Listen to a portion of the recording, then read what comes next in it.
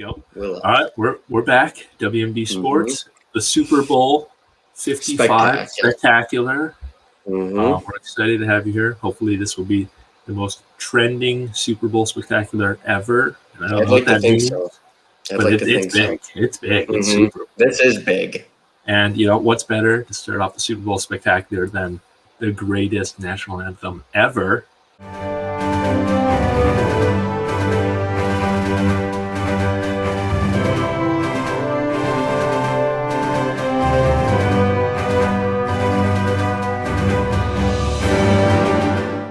I'm getting a little emotional. Whitney Houston. Hands down, that's the greatest. All right. Well, anyways, let's get on focus here. Super Bowl. Yeah, let's get into it. We're giving you your takes. We're gonna first, before we give you our takes on the Super Bowl, we're gonna go back and we're gonna relive our favorite moments. And I just Super Bowl history. Yeah, I just want to say this in there. It's not for me. It wasn't all Super Bowl history. It was what I've seen, what I've personally witnessed on the big screen in my time watching football. These are my favorite plays. That's an extent of mine. I mean, some of mine are from older Super Bowls, and that's all right. I just wanted to do it. Yeah. But they have all. I mean, we're going to explain why they're our favorites. So, but with that being said, let's kind of get into it here. Stays in the block. Rogers throws the middle. Oh my word! What a beautiful pass and catch. I got to give credit to Greg Jennings too, but that might be the single most accurate pass I've ever seen. I mean, talk about threading the needle. Yeah, you can see the ball tip off the fingers. Incredible play. Yeah, that's cemented in Super Bowl history and Green Bay history. Yeah, still the first Super Bowl I ever watched, and for my favorite team, Super Bowl 45. Yeah. But that's a great play, but this is also another great Packer play as well. Let's go back to Super Bowl 1 with Max McGee. Nice. Star dropping straight back. It is he throws, has the ball. It is McGee, touchdown. And not only is that a great play, a one-handed catch in the biggest stage of them all, Super Bowl, the first Super Bowl to add that, but Max McGee has an interesting story. Are you familiar with Max McGee's story, Will? I don't think so. Well, Max McGee was, end of his career. I think he's 31 going into this game. And, he's a backup player, played. He caught 4 passes that entire 61 season, Super Bowl 1 season, I believe. And, going into this game, he didn't think he was going to even see any snaps. So the night before, he went out drinking with 2 stewardess. And, he came back super early morning, hungover, sick to his stomach, and he had to suit up to play in the Super Bowl. So a few injuries happened, and sure enough, Max McGee's called into the game. And he goes on to have a play like that. He goes on to have one of the greatest Super Bowl performances ever, though. He goes 7 for 138 and 2 touchdowns. Wow! And obviously one of the most iconic plays in that's incredible. That's what legends are made. History. So Max McGee, wow, what a great story. Plus he has the name Max. So yeah, that was a great pick by you. What an incredible story. All right, so Will, what's another one of your favorite plays? What's my number 2? I'm sorry, I got to go back to the same Super Bowl. Okay, I got to go back to the Green Bay Packers. I think I know what you're talking about here. Everybody looks up to Wood as being a leader. He's gone. Nobody's standing up and rallying the troops. It is time. It is time. 2nd and 2, Pittsburgh at the Green Bay 33. Check left. Spill it, pick it. Back up. Hand off to Matthews with the biggest play of the game today. 3rd turnover, Pittsburgh. I read that. I knew that was coming. What an incredible play. And what you got to remember with that game, the Steelers were gaining momentum back at that point. I think Packers it was early in that game. It was 28-25 at that point, and Matthews punches that ball out, and that's huge play. That might be the second, aside from the game-sealing throw that I just picked as one of my favorite plays. That might have been the second biggest play of the game, in my opinion. Yeah, and that's actually my number 1 favorite play. And wow! Obviously, you stole a little of my thunder, going a little earlier there, but that's my hands down favorite play. Wow. Clay Matthews, great man. And that's just perfect form. Every a late great Kevin Green on the sideline, firing up Matthews. Charles Woodson goes down. This team needs a leader. It needs somebody to step up. Clay Matthews does exactly that on that exact. Think about that. So. Yeah, big both are, and I just want to say it wasn't defensive, but Donald Driver also got into that game. Big leaders out, They all stepped all up. the guys stepped up. Mm-hmm. Oh, And yeah. Nick Collins, great guy. Mm-hmm. All right, let's roll this one. James Harrison, 100-yard interception return for a Oh. touchdown before half. At the 2-yard line. Steelers show blitz. He throws the pass up. It's going to be picked up. James Harrison has it. He's running up the sideline. 25-30, 35-40. Still on his feet at the 45 and down. No, he's still on his feet. Here comes Harrison jumping over people to the 20, the 15, the 10, the 5, and that's a touchdown. Yep, so right before half, James Harrison, 100-yard interception return for a touchdown. Everybody's saying, are they going to catch him? You see Larry Fitzgerald at the end of that play run over. You think he's going to get him? Nope. So instead of 17, the score ended up being 17-7 at half, but it could have been 10 to potentially 14, if Arizona scores right there. So, that's a giant play. That's momentum shifter, and they go on to win that game. So that's even more important. So, Will, what's your last favorite play? We know mine is Clay Matthews. So my last favorite play is Jacoby Jones, 109. So, Will, what's your last favorite play? We know mine is Clay Matthews, big fumble in Super Bowl 45. What is yours? My last favorite play is Jacoby Jones, 109-yard kickoff return to the house. Big moment. And this could be a run back from 9 deep for Jacoby Jones. And look at him go. Jones is past the 50, and he is flying inside the 20, and a kickoff return, 100. And that was actually a big play for momentum in the game. Even though the score was 21-6, I think most of us who watch that Super Bowl remember the blackout. You got both teams in the locker rooms. Maybe they're getting a little cold. And then the Ravens come out after the half and do something like that. Incredible. Sealed the game for him, in my opinion. Yeah, and, Jacoby Jones, name goes down in history for that play. Deservedly. He deserved just it. like Desmond Howard, You get a big kickoff or Percy Harvin, you could have kicked or Devin Hester. Yeah. So we know these names because they do have kickoffs. All right, let's get into this. Our favorite Super Bowl fails. Yep. Do you want to go first? Or? Yep, we'll start with my third favorite of them all. It is a 42-yard attempt by Yepremian. Snap, step down. The kick is blocked. Rolling loose on the field. It is picked up by Garrow. He tries to throw a pass. Deflected in the air. Grabbed by Bass. 40, 35, 30. He's going to score. Yeah, that's Garrow Yepremian's botch field goal in Super Bowl 7, I believe. Miami Dolphins going to win that game. It's a blowout, I believe. But, that's just a funny play. That's hilarious. I want to laugh right now. That's great. Yeah. So, Will, what's your favorite fail? All right, my first favorite fail is the botch snap to start off the game, Broncos-Seattle in the Super Bowl. And after this play, it was all downhill for Denver. All right, let's roll it. It's snapped over the head of Peyton Manning. And start off the game with a safety, and they just never recovered. What was the final score of that game? I think it ended up being it was 50-something to 6. I thought. I thought it was 50s. I thought they scored in the 50s. It was a lot to a little. Biggest point differential in Super Bowl history. I think it was like 35 points, I believe.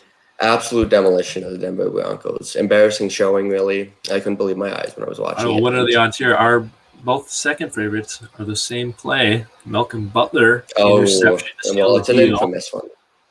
Yeah, so let's roll that one. I'm sure everyone's seen this one by now. Play clock at 5. Pass is intercepted at the goal line by Malcolm Butler. Unreal. Man, that never gets old, truly. No, what a play. Well, also, what a terrible decision. But Pete Carroll, head scratcher, still to this. You got beast mode on the 1-yard line. But you can't take anything away from Malcolm Butler. I don't like the guy, but he made a play there. You got to give it to him. Yeah, and, it adds a little bit for us, Packer fans, because we should have been in that Super Bowl. It shouldn't have been the Seahawks. Seeing them lose, I was happy. Yeah. Because we should have been in that freaking game. As much as I can't stand watching Tom Brady win. Am I right? But, I might be watching that again Sunday. Oh, I hope. Hold on. All right, Will, what's your favorite fail of all time? Okay. Well, my favorite fail of all time is a complete game. So I don't know. We might just have highlights of that. but it I was the think we got the Atlanta most Falcons. crucial play. From that Okay. game, so let's roll that. Oh, yeah, that's right. I got. Out of the shotgun, Ryan gets hit. Ball is out. This is a fumble. Yeah, crucial play in that game. And the fact that the Falcons blew a 25-point lead, I mean, is that a testament to Tom Brady's greatness? Maybe a little. The Patriots dynasty's greatness as a whole? Maybe a little. I think it's more of a testament to the Atlanta Falcons being choke artists. Yeah, legacy of losing in Atlanta. So, Yeah, and I think Packer fans can relate in some way, but that was bad. well, to an extent. I mean, we are historical winners. But, well, okay. and historical losers. I guess if you want to get into that game. All right, let's roll my favorite fail of all time. Not only is this, a fail, but it's also a very good play by the Hall of Famer Chad Beebe, or Don Beebe. And you might know this one, old Leon Lett. Oh. Roll that. And fumble. And Leon Lett picks it up at the 40. Oh, look out, here he goes. Here comes Leon to the 20. Go Leon! Oh, Leon Lett has it knocked out of his hand. It's a fumble. It's a fumble. He had it knocked out of his hand. Yeah, so Don Beebe, father of Chad Beebe, who's in the NFL right now. So Don, he didn't give up on that play, and he chased down Leon Lett, and he easily could have. The Bills were losing, I think, by at least 30 points at that point in the Super Bowl. And if Leon Lett scores there, it's the biggest point differential in Super Bowl history. So, he could have took that play off, but instead he chases him down. They're getting their butts kicked, but he chases him down, and just goes to show, you don't ever take a play off. And, but that's not the fail. The fail is Leon Lett. Well, the fail is Leon Lett, but there is a silver lining from the fail. Yeah. That's why I like that play so much. But I love me some Leon Lett fails. I mean, that's not the only. Yeah, that's not the only. Okay. All right, let's get on to this. Our most underrated Super Bowl performances. Continuing on our Super Bowl memories montage before we get into the actual Super Bowl. Mm-hmm. So, do you want to go first, or would you like me to? Well, I'll let you take this one. Okay. My most underrated Super Bowl performance came in the last Super Bowl the Patriots played in. It was Patriots-Rams, which one of the most boring Super Bowls I've ever watched. I'll admit that myself. It's not that I don't enjoy defensive battles, but the game, quite honestly, it just wasn't one of the most exciting. But anyway, nonetheless, Julian Edelman was named MVP, and I believe rightfully so. But I also think there was somebody who could have been chosen over him. Heck of a defensive performance. Not only did the defense play great all around, but Stephon Gilmore had a pick, a forced fumble, 3 passes defended, and 5 tackles. I think you could make a case for him any day that he should have actually been the MVP of that game. I don't hear many people talk about it, and that's why he's my most underrated. And if the Rams were to go on to win that game, my Super Bowl MVP would have been Johnny Hekker, who had one of the all-time great punting performances in Super Bowl history. So, kind of a weird Super Bowl for most valuable players. And to get to mine, it's got to be James White. I think he had he set a record for 14 receptions in a Super Bowl. He had over 130 scrimmage yards, 3 touchdowns. And I'll give credit, in Super Bowl 51, Tom Brady did lead the 25-point comeback against the Falcons, but you don't do it without James White catching 14 of those balls and getting 3 touchdowns and the game winner in overtime. So I think James White was deserving of the MVP. And guess what? Tom Brady agrees with me. He came out and said James White deserved it over him. So is it truly a quarterback's award to win these MVPs? Yeah, I think it is. And yeah. All right, moving on, most overrated player. And I'm glad that you ended on that note, because that's going to bring me to my most overrated Super Bowl performance. Tom Brady in his first Super Bowl, 2001, against the Rams. The guy won MVP with 145 yards and a touchdown. And I'm not saying he protected the ball, which I won't take that away from him. He did enough to win the game, but I think the testament lies with the defense. To hold the greatest show on turf, they were averaging between the span of 1999 and 2001, they averaged 32.7 points a game. That Patriots defense held them to 17. Wow. And I think there are multiple people who might have been in a position to win MVP over him. I mean, Vinatieri kicking the last field goal to win the game. and I'm trying to think of the name. Rodney Harrison? No, that wasn't the one I was thinking of. Ty Law. Yeah, he picked it. 47 yard interception return. Yeah. Well, yeah. I mean, you look back at a few of these Super Bowls, you'll see that. And I didn't do this one, but Ben Roethlisberger's first Super Bowl, I don't think he didn't play good at all. Mm-hmm. If you look at that game, but mine's it's got to be Russell Wilson against the Denver Broncos. Oh, that's a good one. Completely took over that game, 100%. and like you said, or like we watched the first snap of the game goes right over Peyton Manning's head, and the Denver offense only scores 8 points, and guess what? Special teams and defense of Seattle scores 16. Yeah. And if you break down that game, Russell Wilson has a lot of field goals, and his stats aren't that big. I do have them here. I completely agree. And they settle for a lot of field goals, and there's 4 turnovers in this game, so they're settling for field goals. I mean, if this game's remotely competitive, I don't think Russell Wilson is competing. And I'm not saying he played bad, but we have this narrative of Russell Wilson in his second year took this team to the Super Bowl. But come on, it was the greatest defense ever. I agree, because even when the offense scored, I mean, the field position they were given, I mean, not to take anything away from them, but I'm just saying, the narrative of Russell Wilson being the Super Bowl savior is crushed. All right, we're back to a little technical error, but we're talking, Super Bowl 55, the dream matchup. Man, we heard talks of this, going all the way back to the draft last year, where Tom Brady is signed on the Bucs. And, it's all everyone talked about is, Tom Brady going to lead his team to the Super Bowl? Is he going to face Patrick Mahomes, the league MVP, the Super Bowl champions? And sure as hell, both of these teams are in the Super Bowl, as everyone. Imagine that. Yeah, it's something. And I think it'll be a good one. I hope it'll be a good one. Yeah, no, and like I said, it's what most people, wanted when Brady entered the NFC, and they got exactly that. And obviously we're upset because Green Bay isn't there, but damn it, Brady is in his 10th Super Bowl. 10th Super Bowl. And I won't lie to you. I don't want to see him win, but I also don't want to see the Kansas City Chiefs win. So where does that leave me? Yeah, maybe we need another Super Bowl blackout, but this time it's permanent. I agree. I don't want to see any winners this Sunday. Both teams neither of them play. I'd rather watch. This is the type of year I'd rather watch a Pro Bowl. Oh, for sure. No. Yeah, I don't. Well, you know what? One thing good about this game is that both sides, both of these teams are stacked. For the most part, there's, all stars. It's not a few years where we get these, really good teams, but you get like a Cam Newton where you're like, okay, I don't really want to root for Cam Newton. But, both of these teams, they got stars on, both sides of the ball. Tampa's D-line is one of the best in the league. Their linebacking corps is, if not the best in the league. And then both teams' wide receivers, are stacked. And you have Travis Kelce and Gronk, running backs, and obviously the quarterbacks. You see them down there at the bottom left.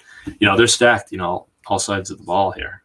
Yeah, no disagreement there. I'd say the weakest part of the football game will be Kansas City's defense, which has really stepped up throughout the year. So I don't even think you can knock them, really.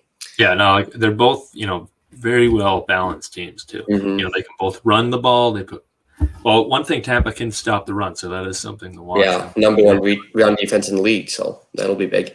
And also, I don't know if we're doing our keys yet, but another thing regarding the battle in the trenches, I just want to say, watch out for that D-line against a banged-up Kansas City O-line. That's it. All right, so things to watch in the game here, Will.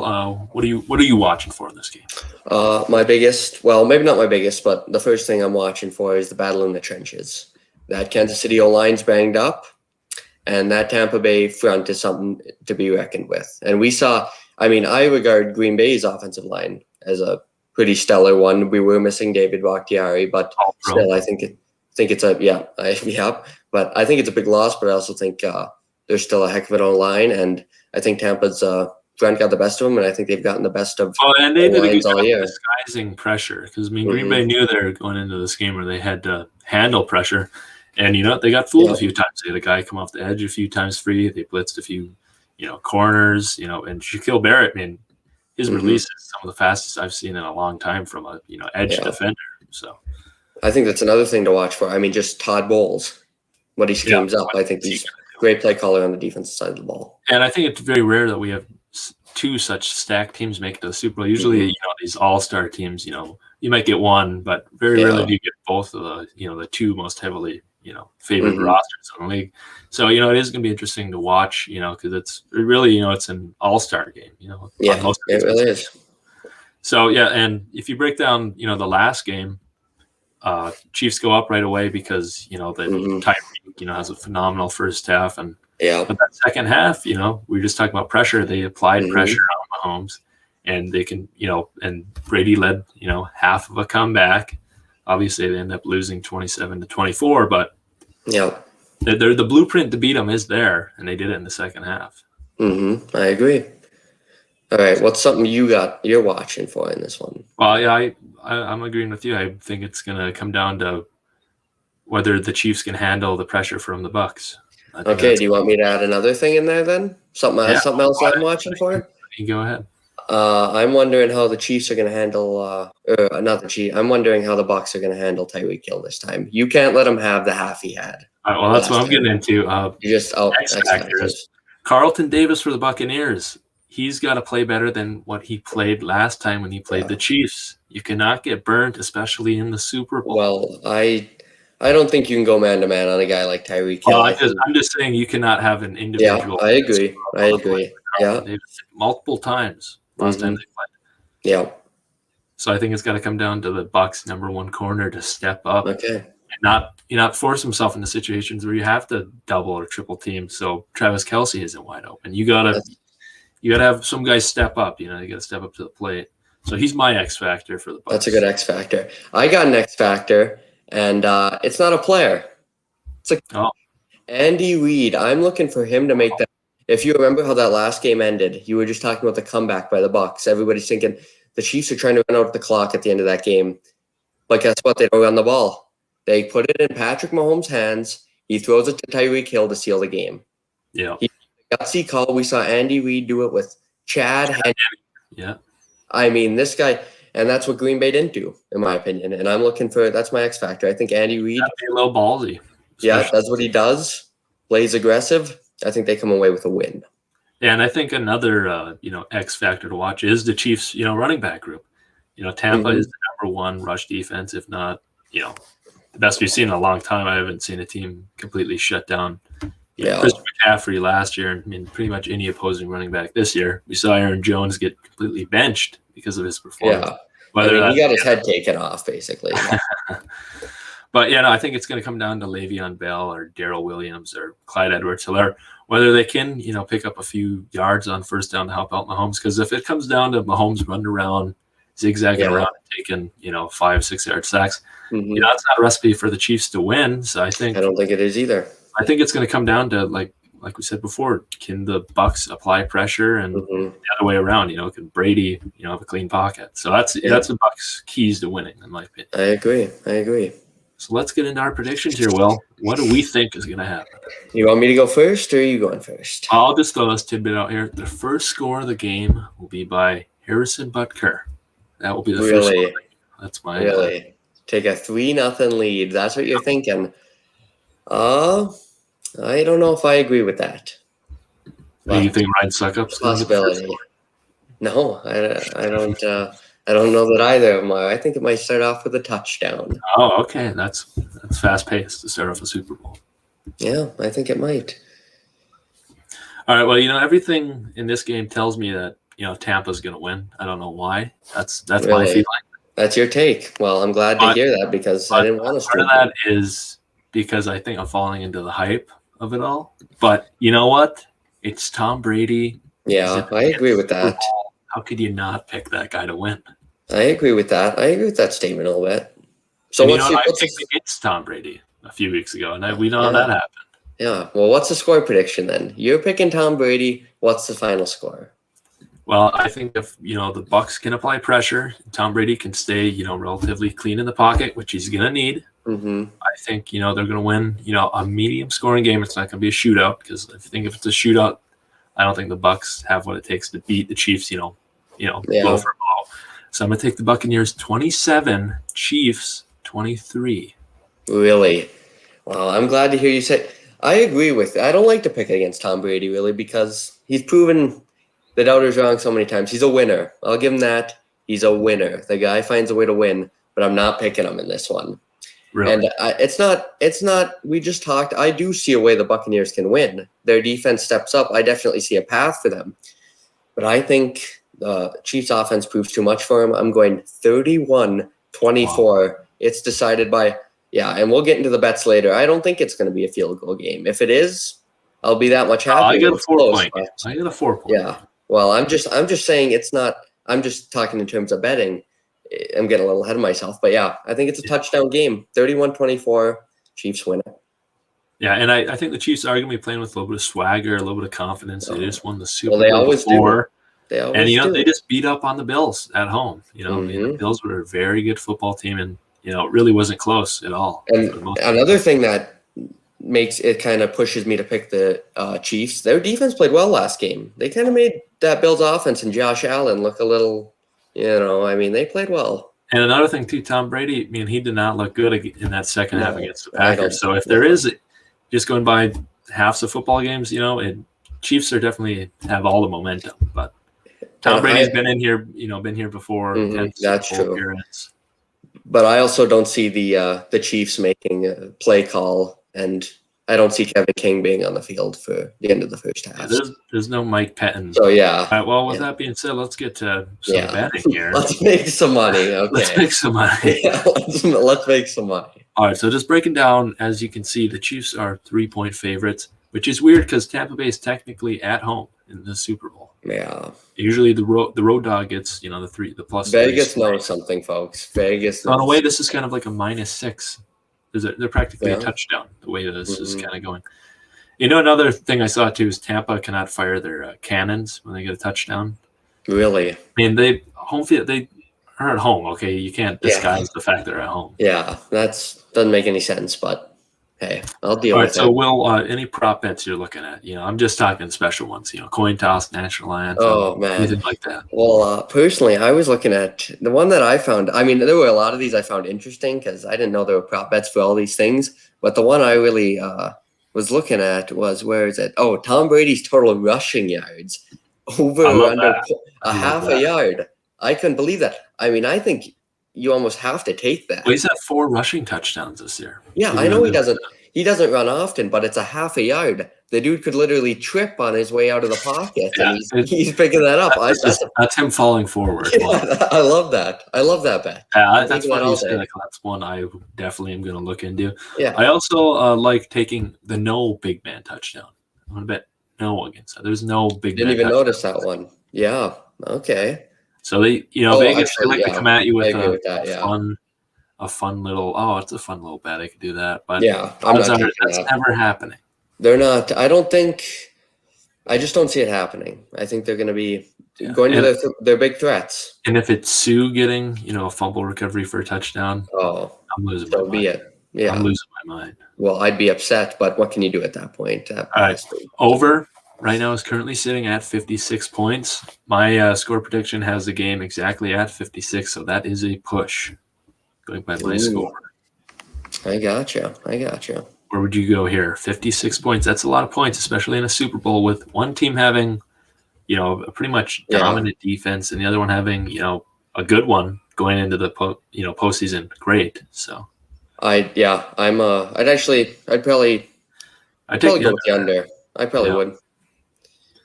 I think it'll be close, but I take the under. Yeah, and another thing, just getting betting wise, I love Gronk in those, I love Gronk, potentially having a big game. Mm-hmm. It's the postseason, Brady, Gronk, they have that connection. And then another one too, you're putting your money on someone to get paid. It's Antonio Brown. He's coming back. He's healthy. He runs some jet sweeps. He's versatile.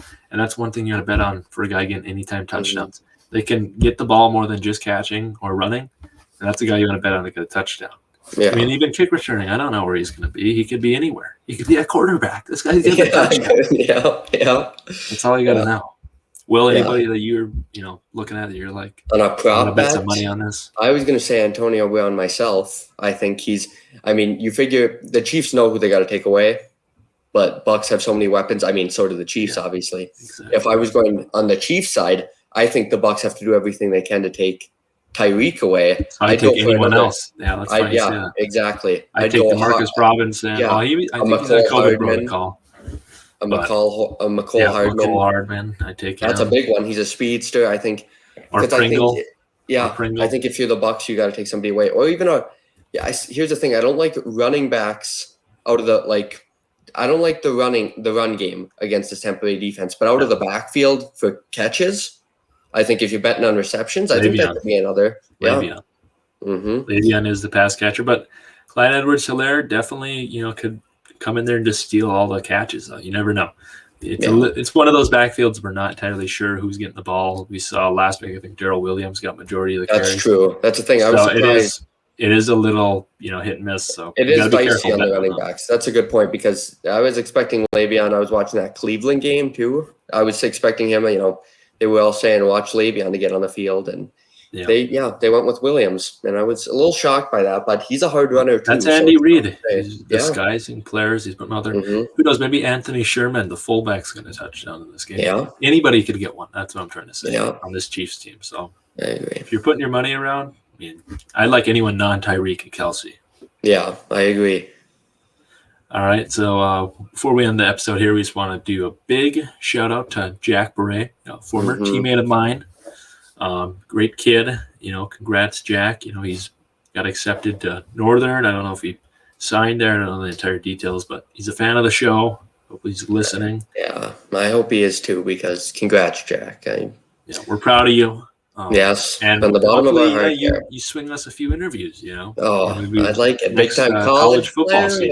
Yeah, I wouldn't mind that. So, all right. With that being said, thanks for watching the WMD Super Bowl 55 Spectacular.